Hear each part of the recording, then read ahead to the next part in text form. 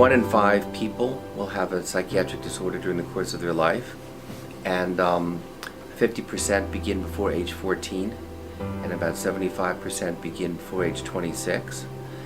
Mental illness in teenagers affects them sadly because in the late teen years, early 20s, that's when some mental health disorders first manifest themselves. And for a young person at that age, particularly transitioning from high school to college, that can be devastating. In an ever-changing world with technology and social media, our kids are experiencing depression, thoughts of suicide, stress, substance use, at a higher rate than they have been.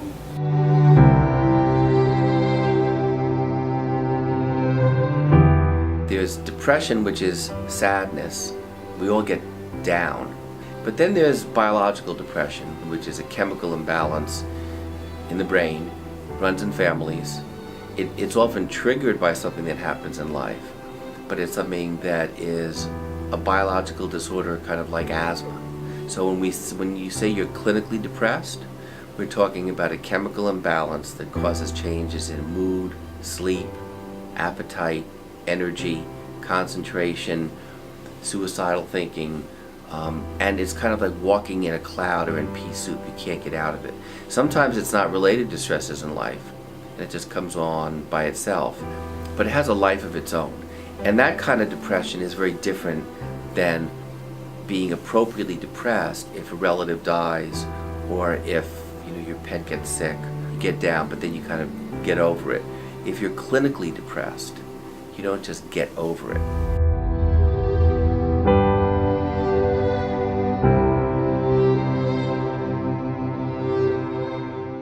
My name is Craig Miller. I'm an author, speaker, photographer, and suicide prevention advocate.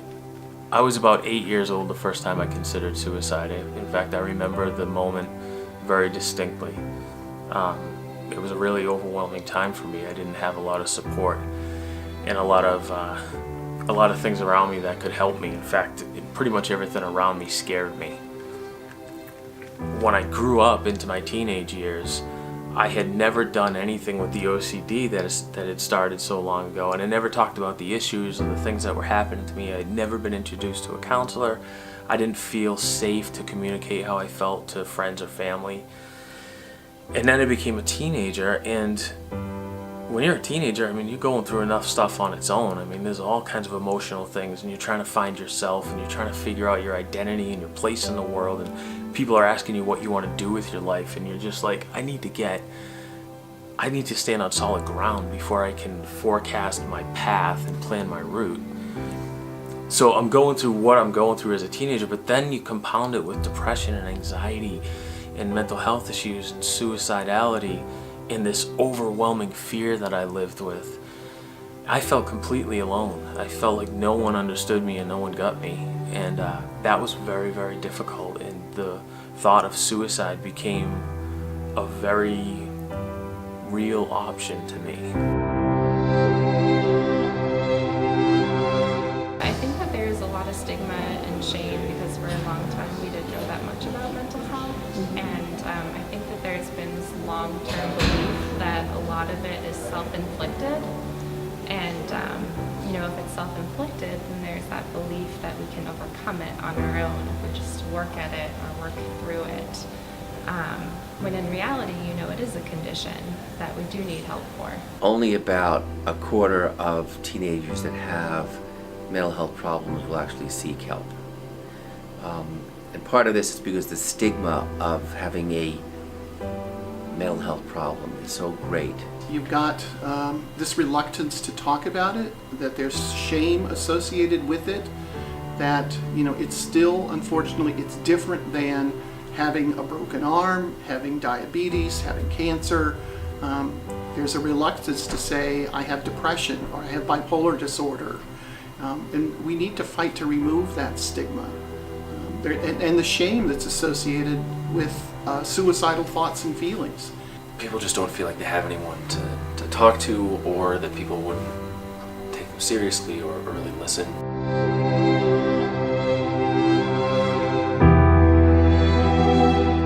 We we as society, as a culture, automatically assume that if someone is suicidal or someone is reaching out for help for a mental health issue or depression, there must be something horrible in their life. Their marriage must be failing. They must have a really bad drug problem, or they don't know how to manage their money. And there's this automatic assumption that their life is failing in some way to drive them to suicide, when in fact that's usually not the case at all.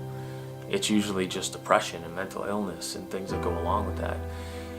If we take time to understand that and talk about it more, the more we can get the message out there that suicide in general is not driven by tragedy and failure. It's driven by how we feel. I think that's an incredibly important message for the media and for us as a culture to spread.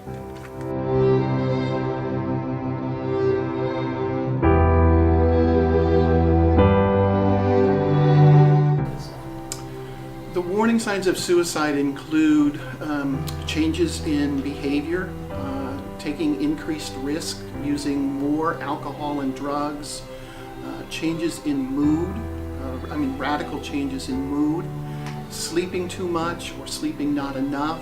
Lack of interests, bad feelings about yourself or guilty feelings, low energy, poor concentration. Experiencing hopelessness or saying things like I'm a burden to my friends or my family members. Really kind of any that extreme change in behavior are all warning signs.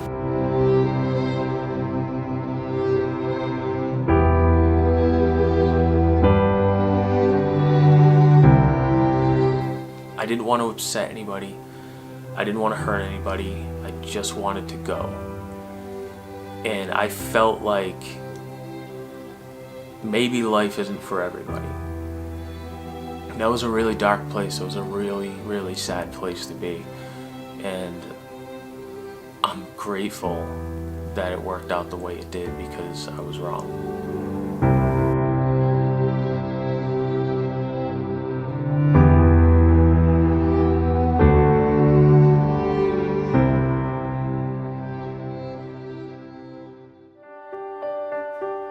In reality, it's very common. It's common for people to experience thoughts of depression, stress, adverse life circumstances. And it's really important to know, the tools and resources that are available to you. We want this to be something that's okay for people to talk about. I think it's important for every one of us to kind of like think about this and take action, and don't just be a bystander.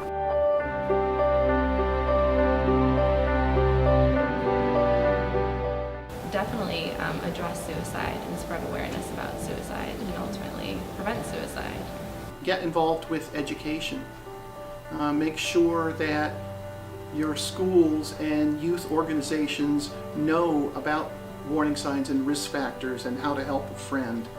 We can build into the curriculum things like conflict resolution, like showing films about mental illness, like showing films about stress reduction, having curriculum in meditation, in yoga, in good nutrition, in exercise, in the use of arts.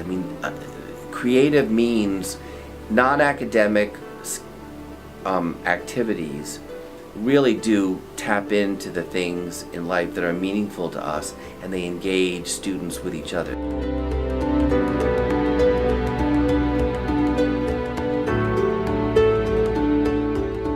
Anybody you know has had experience with somebody who's had a mental health problem, or a family member that's had a mental health problem? Asking direct questions is not a bad way to go, because I think sometimes people get this mentality that asking someone if they're feeling suicidal or if they've had suicidal thoughts is somehow going to plant the idea in their head or make it worse. But in reality, if they're feeling that and you just allow them to give voice to it, that can be really, really helpful. And if they're not, then you're not going to be hurting anything by asking.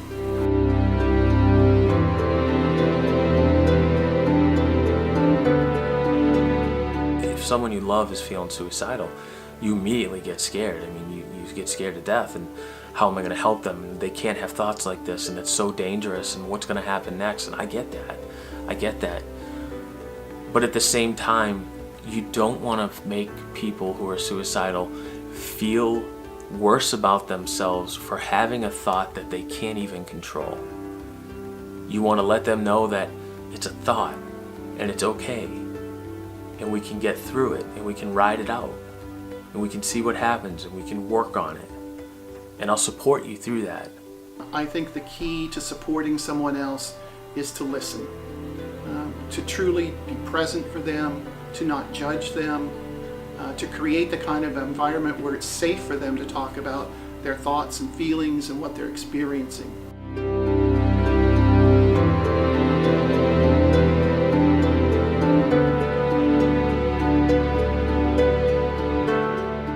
Some of the most important coping skills are being able to talk about it, being able to find support in friends and in the adults in your life. And I think also setting some time aside for yourself to do things that make you happy and bring you joy. The thing that helps us all is being aware of our state of mind and and being aware of our behavior. I think it's an individual question. You know, one person's coping skills is not going to be another's, but we should all try to develop coping skills and find the things that work for us. What helped me most is writing, and what helped me most is photography, and I can list whatever I want, but it's this. If you were to take those away and break it down to the core of what's actually happened when I'm writing, when I'm doing photography, when I'm doing anything creative, that's me getting in touch with my heart. That's me having a relationship with passion and purpose.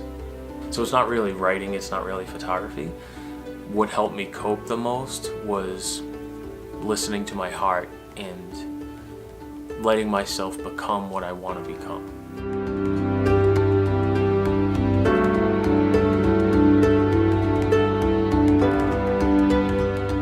See, I think there is a tremendous value in everything we go through, no matter how dark, how tragic it might be. There's an opportunity for us to learn about ourselves, learn about the people around us, learn about the world, learn about life. I don't want to pass up that opportunity, because if I learn from my tragedies, if I learn from the things I've gone through, then the reality is I don't have to go through them again. I took that class, I aced it, I learned it, and I don't need to experience that again. In recovery, we imply that that tragedy was a very negative thing, and it was dark, and it hurt us, and we need to recover from that pain. When in fact, I think if we turn it just a little bit and say, maybe instead of pushing away that pain and pushing away that darkness, we embrace it and say, what can I become by what I've gone through? How is this experience going to contribute to me becoming a better person? I never aim to recover, I aim to become.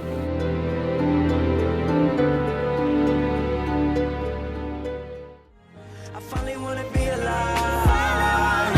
I finally want to be alive. I don't want to die today. I don't want to die. I finally want to be alive. I finally want to be alive. I don't want to die. I don't want to die.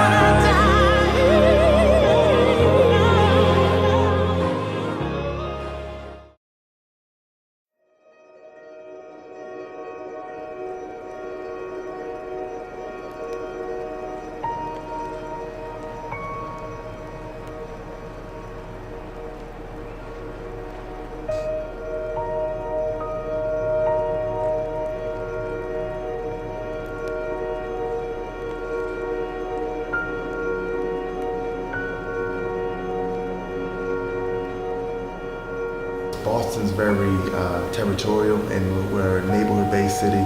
Our communities are being taken over by people who are paying very expensive rent, so pushing a lot of our middle-class families into poor communities where they all become bunched together, and that causes for a lot of crime in certain areas. If you travel from Roxbury to South End, just on Washington Street, once you cross Mass Ave, feel like you're in an entirely different place. We have a level of systemic racism that we haven't addressed yet.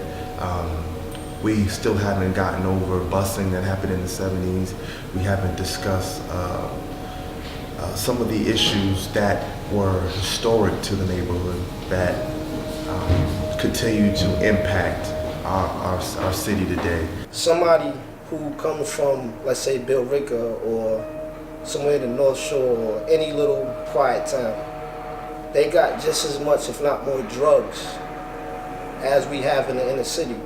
But they can put a light on them and make it seem like they have some type of psychological issue or they have family problems, where on the other side of the tracks, you know, they just chop us up and they slander us. They make us seem like we the bottom, like we have no morals, we have no values, no nothing. They try to like basically assassinate our character in our communities. There was a trajectory of denigration of a certain group of people, and where you have terminology like super predator being used to describe a group of people. Until we get to the point where we can deal with those issues, we're not going to be able to be that one city. So I think it has a lot to do with racism, a lot to do with us not having real conversations between neighbors and neighborhoods, which is what happens in Roxbury stays in Roxbury, what happens in South End stays in South End. We very rarely bring those neighborhoods together to figure out how can we sort of build on commonalities.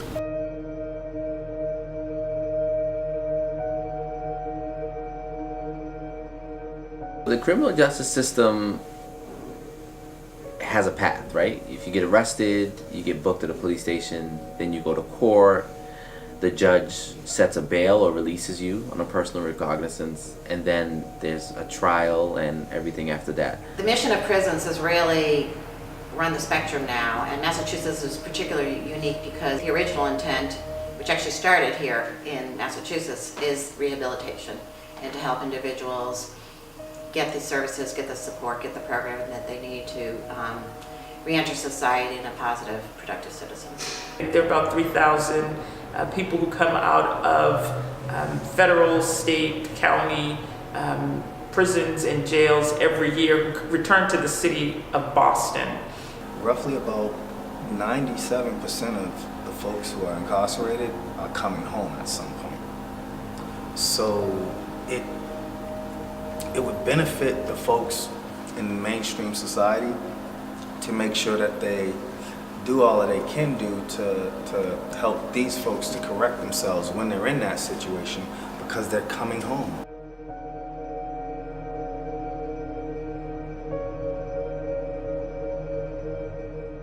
My name is Damon J. Cannon, and I was charged with armed robbery and murder. I was in prison for approximately 12 years.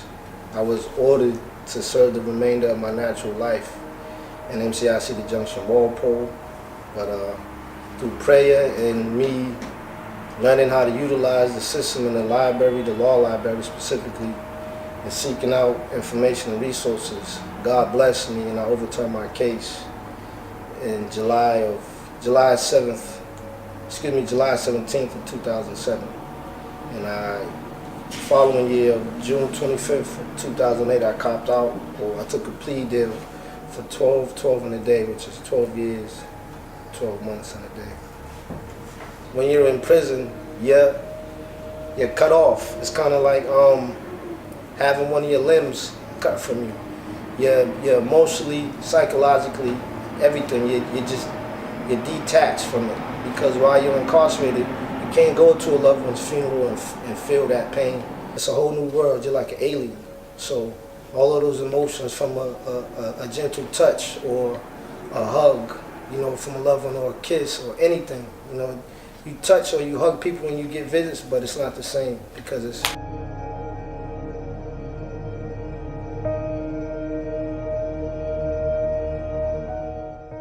the hardest part was, for me specifically speaking, it was feeling like I didn't want to feel like I'm an alien to everybody else, because people don't know who I've evolved into. Like, they knew me who I was before I went to jail, but they really don't know who I am as far as my mental, my emotional state.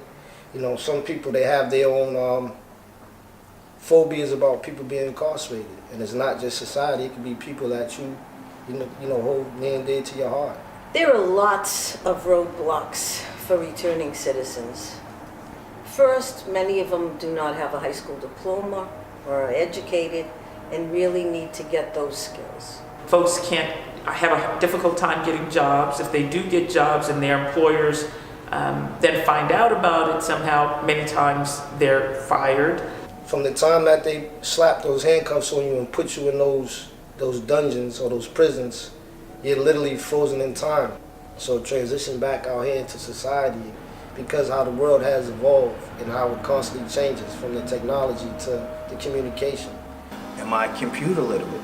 Do I know how to go online and access these things? Do I have an email? Do I have a resume? Do I even have an address for you to send me some? On all the things that civilians, if we will, you and I take for granted in terms of an ability to apply for student loans, to go to community college, live in public housing if we need to, get good paying jobs, those things are often a real barrier for folks coming out of prison.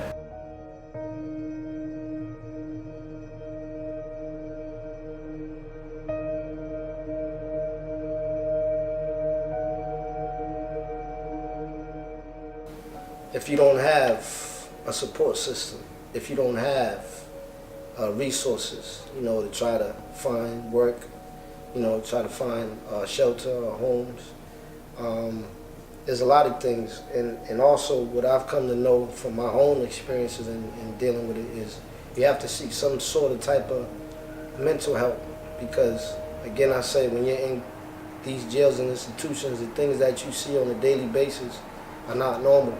I don't want to go into all the gory details, but just the things that I've seen while I was incarcerated, it's mind-blowing. The stigma associated with people who've been incarcerated comes from both our own prejudices. Well, if you went to jail, you had to have done something wrong. But there are all sorts of systemic issues in the criminal justice system that see so many, particularly people of color, men of color, disproportionately affected by the criminal justice system.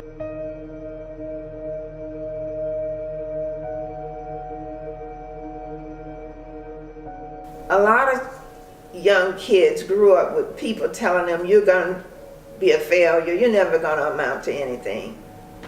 Your daddy was no good, your mother was no good, so why do you think you're going to be any different? Sometimes just lack of identifying themselves, so a lot of our youth don't know who they are.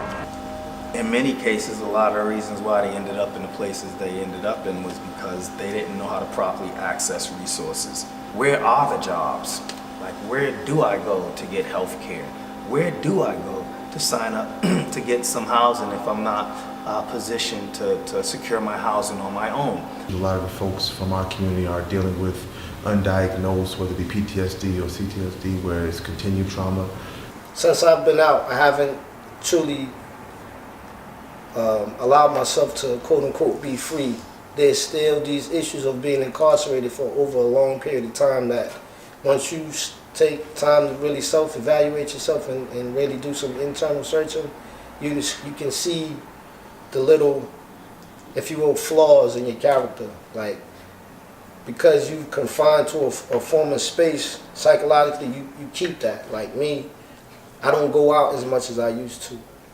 I'm real cautious about crowds, because inside the walls, anything can happen at the drop of a dime. You know what I'm saying? It could be life-threatening, it could be anything.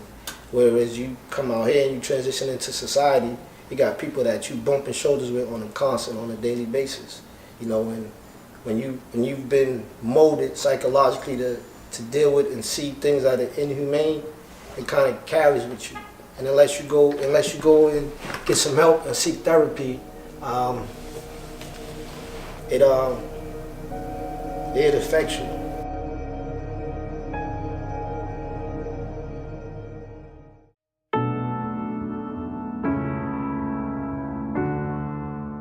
Every area of the city has a role to play in reentry, whether it's nonprofits, providing housing, providing jobs, providing education. I think that prisons are getting much more receptive to working with the community. Until we get to the point where every neighborhood feels like they have a stake to play, have a role to play in reducing those rates, we're not going to get to the point where, as a city, everybody feels like their quality of life is protected and they have an opportunity to succeed. I'm just learning now how to go out and then really enjoy myself. Like for instance, I just got my passport, so I'm looking forward to going across the seas and seeing things outside of America. If you look at an individual as a number, there will be no success. And I don't look at them as bad people. There are people that made a poor choice at some point that landed them where it landed them. But at the end of the day, they're people.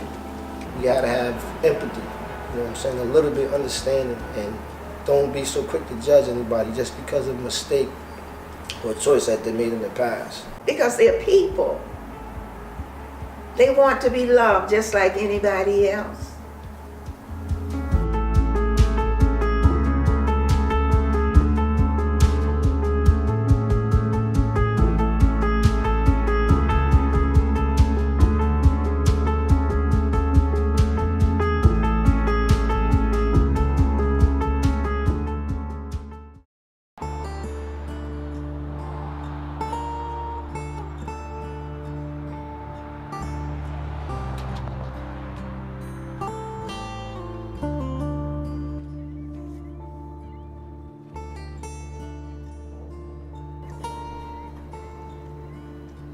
Healthcare is, it's one of the most important issues for people.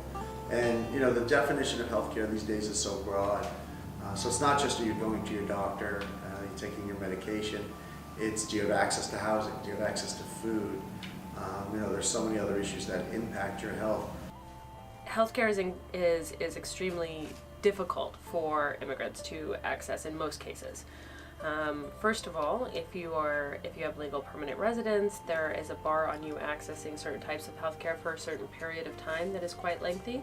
If you are undocumented, you have access to life-saving measures, but aside from that, any type of elective surgery or regular preventative healthcare is almost off the table for you. And there's a lot of healthcare specific challenges that they have. Health insurance is very difficult for all of us to understand and how to apply for it. But health insurance is also different in lots of different countries. So if you're coming from a different country, understanding how to access the American system can be challenging. Figuring out eligibility, what you're eligible to access. All of our programs are different. The fear that accessing healthcare might put you on the radar for potential immigrations and customs enforcement. That's what we've been seeing a lot, that immigrants who are even eligible to access a particular type of healthcare are deciding not to because they are fearful that their information is going to be shared with Department of Homeland Security, and that might endanger their family for deportation, including and separating them from American-born children.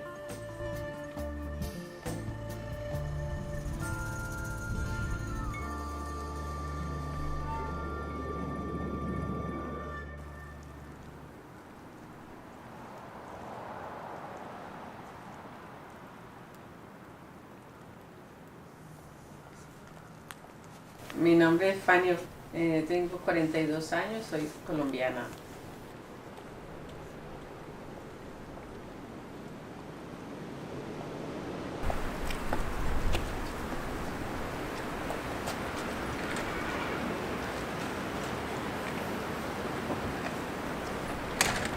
Pues hasta el momento no. He ido al East Boston Neighborhood Center. So I think the first thing to know about the East Boston Neighborhood Health Center is that we were started here by the community of East Boston close to about 45 years ago. East Boston is very geographically isolated. There wasn't really any health care on this side of the tunnel. The community was very concerned about that. And from day one, the health center services would always represent the community. And East Boston has always had a very large immigrant population through through the years. Our mission has always been to treat anyone who comes here.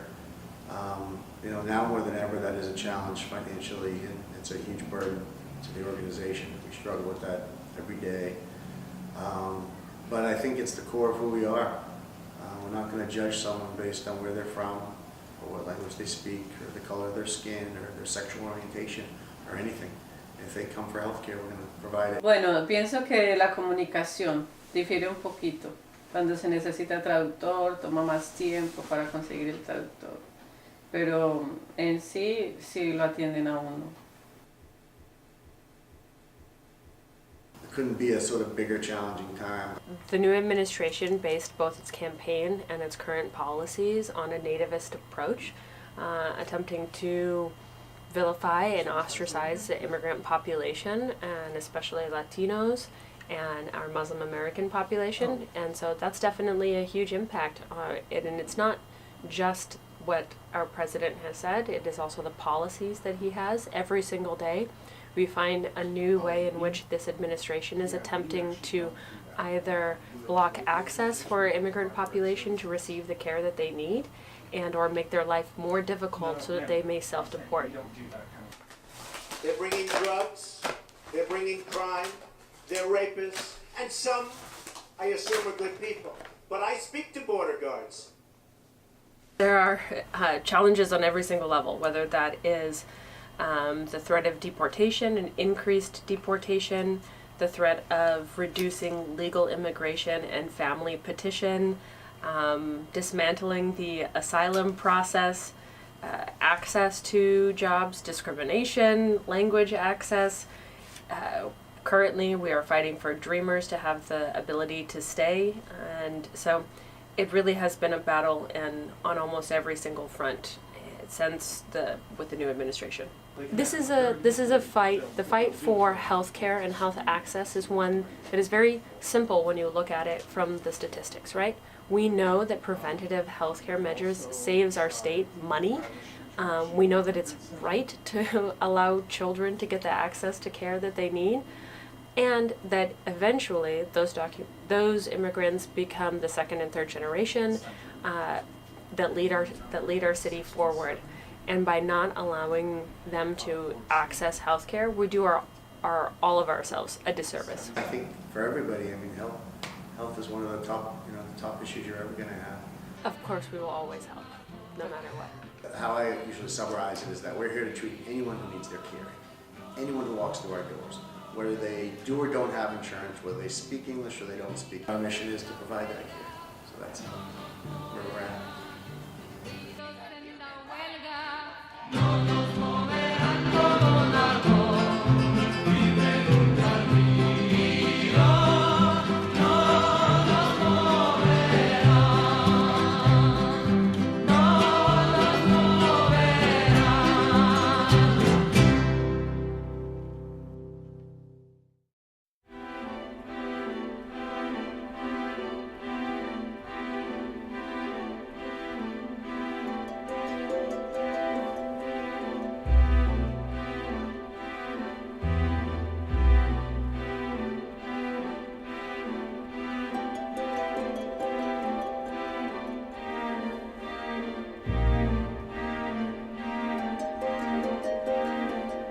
Some communities have access to healthy foods and some don't, mostly because of the resources that are in those communities. We know that our economic system is unjust in many ways, and people that make more money don't necessarily work harder than people that make less money. We know that.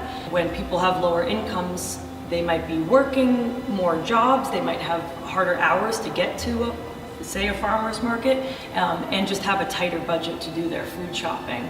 So I think all those factors play into how it's harder for some groups of people to access healthy food, affordable food.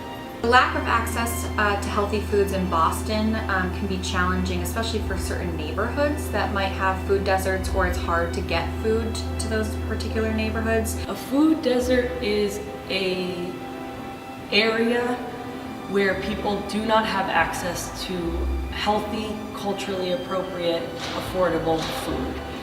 So oftentimes we see that in cities where the only places that folks have access to, on foot or through public transportation is convenience stores or liquor stores or stores with foods that are only packaged and processed and not fresh from the farmer. So we often see that in cities, although a food desert can really be anywhere.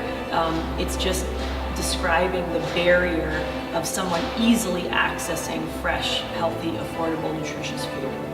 One of the things that prevent people from accessing healthy foods or not being able to afford healthy foods are low income, underemployment. So there's a lot of people that may be employed but aren't making enough to make ends meet. Price, sadly, is the biggest barrier to accessing healthy food. And I also think that there's some other logistical barriers that we try to mitigate with the winter farmers market is where do you get fresh food in the winter? You certainly have issues of transparency where it's so hard to find out how foods are made and grown, what conditions they're grown in. We've discovered at Fresh Start that as we go from neighborhood to neighborhood, that people face many different food access challenges and that it doesn't necessarily look the same from place to place. And so I think that that interacting with people, engaging with people, and trying to understand individually how people are different and what their particular challenges are is a big part of what we're trying to achieve here. I think a lot of people prefer fast food. Again, coming back to it's cheap or cheaper than a lot of other foods.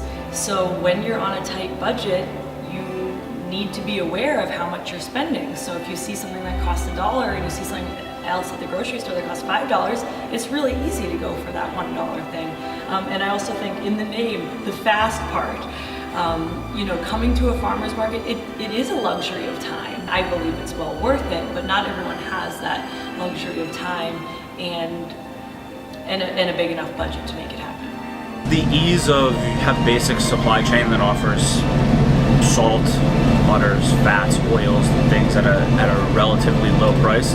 We've certainly come to an inflection point in our national produce system about where our food is being grown, where it's being shipped from, the cost of shipping all those things. And if you combine that with the time that it takes to take healthy ingredients, fresh produce, and cook that into a meal, it's becoming more expensive and more difficult than ever to cook a meal from home. We kind of have equated levels of convenience with an ease in our lives that makes fast food very attractive to people.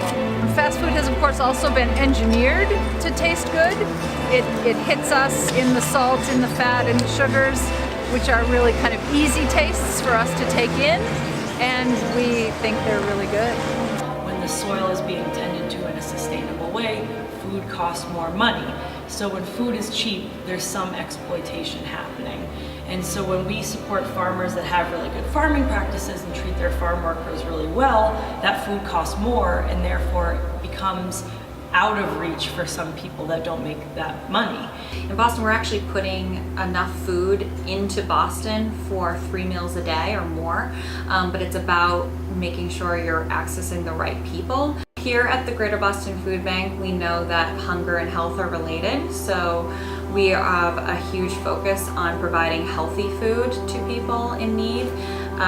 Most of the clients that come through our agency doors are not able to afford the healthy products that are more expensive at the grocery store. Our SNAP Match program gives an amazing benefit to people with a SNAP card. If they spend $15 off of their SNAP card, we provide them $30 to spend at the market. So basically it's a dollar for dollar match up to $15 every market day. Why the program is so cool is because the farmer gets the full price while the shopper gets it at half price. Farmers to You is a company that seeks to connect farmers and families.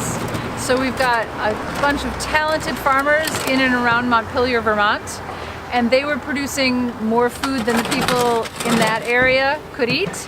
So we wanted to bring that food down here and make it available to people. Fresh Truck has been in operation for about 4 years now. We started back at the tail end of 2013, and 2018 will be our 4th year of operation. We have 17 different weekly market stops in almost every neighborhood in Boston. We have a heavy presence in Dorchester. We are in Charlestown as well as East Boston. We're in the South End 3 times a week. You can, FreshTruck.org, you can usually find a location pretty close to you. Today, actually, I'm here today and every week that the bus comes by here because this is very affordable produce. I'm retired on a limited income, and this gives me the opportunity to buy the fresh vegetables that I wouldn't otherwise be able to afford. To the neighborhood as a whole, I live at the senior development over here on West 9th Street, and there really isn't a supermarket, per se, accessible here in the area. So it affords them to be able to come here rather than taking a bus to South Bay or further away, and it makes it much, much easier. We keep asking ourselves this too: how can healthy food be made accessible to all people? I think there's a lot of different ways we can make healthy foods more accessible. One thing outside of the food realm is make sure that everyone in every industry is paid a living wage. So when people are paid a living wage, when they're not worrying about, do I have to choose between heating my house and having a nutritious meal, no one should ever have to make that choice. So I think our work in the food system is also our work in economic justice and making sure that people are getting paid enough to access whatever food that they want. For those who are food insecure or are struggling with hunger, there are a lot of different ways that they can increase their access to healthy foods. I would say the biggest program, if they qualify, is SNAP, the Supplemental Nutrition Assistance Program, or food stamps. We at the food bank actually help with SNAP assistance, application assistance, and you can go onto our website. We actually have a need food section of our website, so if people are looking for food or healthy food access, they can actually type into the website their zip code, and a list of agencies or programs that offer food pop up, and you can call their number or show up at their doors when they're open. The most important thing when we're thinking about eating healthy is our connection to the farmers and their connection to the land. Try to eat as simply as you can, to go to the most kind of basic level of what is grown, and eat as close to that as you can. Eating things that are locally grown makes it healthier for you and healthier for the planet. I also think it's really important for when we think about healthy food to make sure that we're honoring people's cultural lineages. So for me, in my Russian heritage, eating healthy is going to look really different than, say, a friend of mine with Caribbean heritage. So healthy food looks a lot of different ways, and I think it's about identifying your personal connection to that food and your personal connection to that farmer.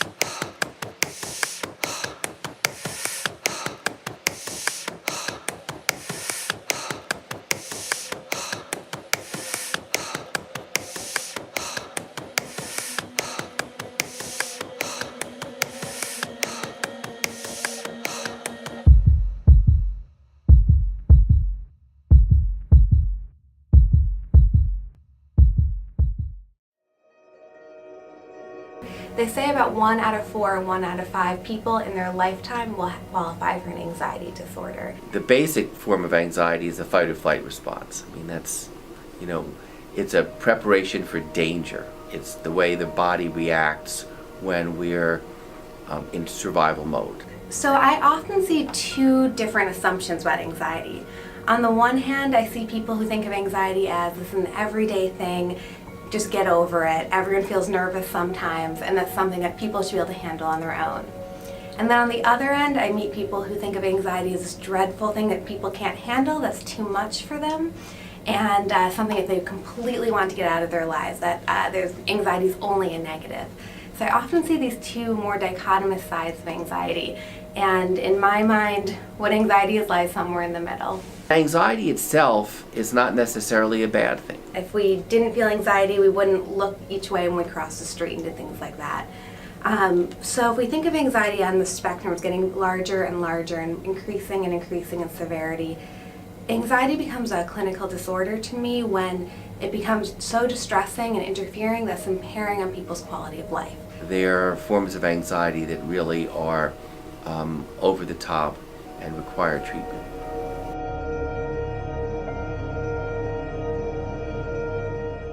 We often see for teens that this is a time of increased emotions. So it's speaking about the way our brains work when we're teenagers. The limbic system, this is in the most basic sense, is where that anxiety center and emotion center is, that fear center in the amygdala. And the prefrontal cortex, basically our decision-making, planning, organization part of the brain, is still developing as teens. So we see increased amygdala activity, so that fear center is firing more easily, and it's harder for teens to be able to give that feedback to their brains that everything's okay right now, I can calm down. So teens in some ways have even greater risk factors for anxiety, not only because pressures are mounting in lives, but the way that their brains are developing at different rates. I would say anxiety disorders are a class of psychiatric disorders that involve fear of a certain person, place, context, some type of situation.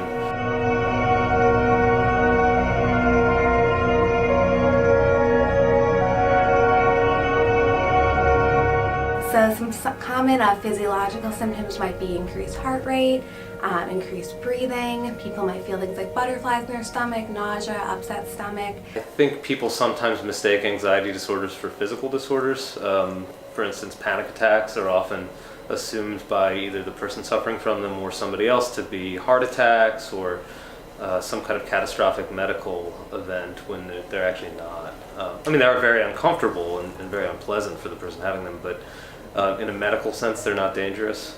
And then they might notice thoughts like, this is too much for me, I can't handle this, I don't know what to do.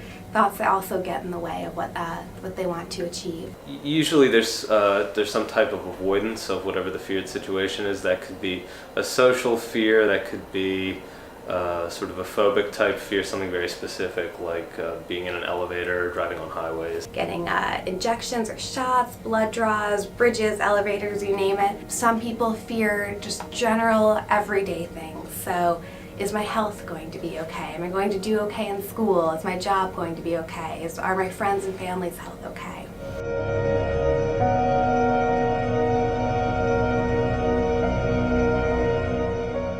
Stigma associated with mental illness is one of the biggest barriers in mental health right now.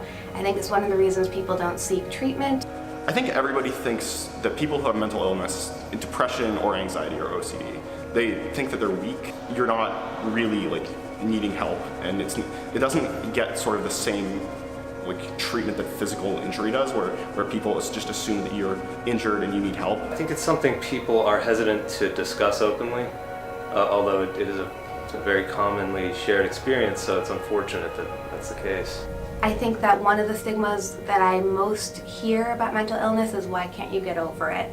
Why can't you just move past whatever's making you anxious or feel sad and down? And similar to a physical disease, oftentimes we need support and help to do that. People just generally don't accept mental illness as something, it's not talked about, so people don't really try to help people with mental illness.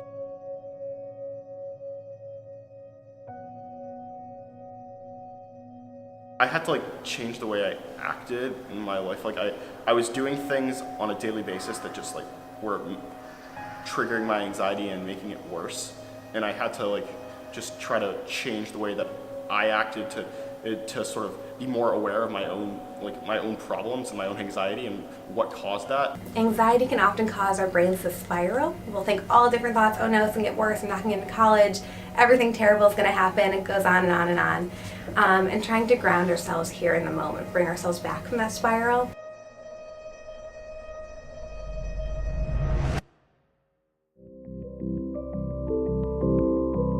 The main types of treatment for anxiety are either therapy treatments or medication treatments.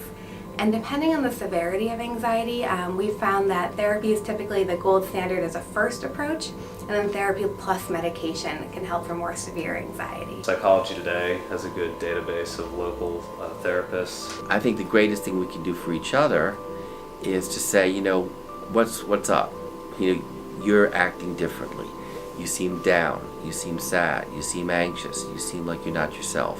And giving each other feedback is really important. At the individual level, I think that talking about the different anxieties, sadness, the different symptoms we feel, if you have a psychological disorder and feel comfortable being able to talk about it and share with others the things that have helped you, things that have gotten in the way. Telling my friends, like, oh, if this happens, it's going to give me anxiety.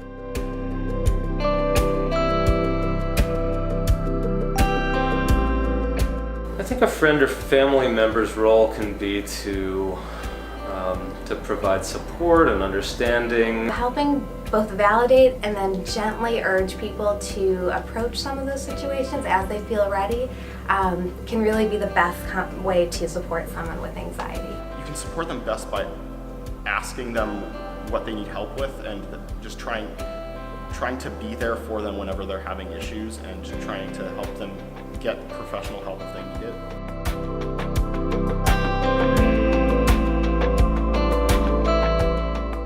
I think that it's important in schools to talk about mental illness, at jobs to talk about mental illness, that we don't look at this as something that once you're feeling severe anxiety we talk about, but it's kind of a part of our culture that we discuss this. Education about mental health is really important because it will increase understanding and reduce stigma. Most people don't know what the signs are and what mental health issues are, and they just kind of treat it as something that, like, oh, only like freaks have that, and I don't really need to know about that because it'll never happen to me. But in reality, like, a majority of people have some sort of mental health disorder or in their life, or they know somebody who does.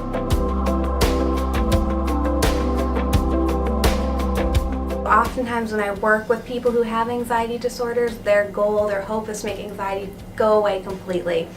And we need anxiety. It has a reason for being here. It's learning how to live with anxiety, not take anxiety away. These issues are something that affects anybody in your community, and you might not necessarily know. And if you find out that somebody has some sort of like mental health issue, you shouldn't treat them very differently unless there's something they specifically ask you to do. And they're just like, everyone in your community, they're your family and your friends, and just recognize that it's not something that doesn't happen to people you know. It's not this like far away thing the way that people treat it to be. People who feel like they are suffering from anxiety should go and seek help. That there is help out there. We have lots and lots of research on anxiety and anxiety disorders, and there are treatments that really do work and really do help. That there is hope that things can get better if you feel like you're suffering or impaired from anxiety.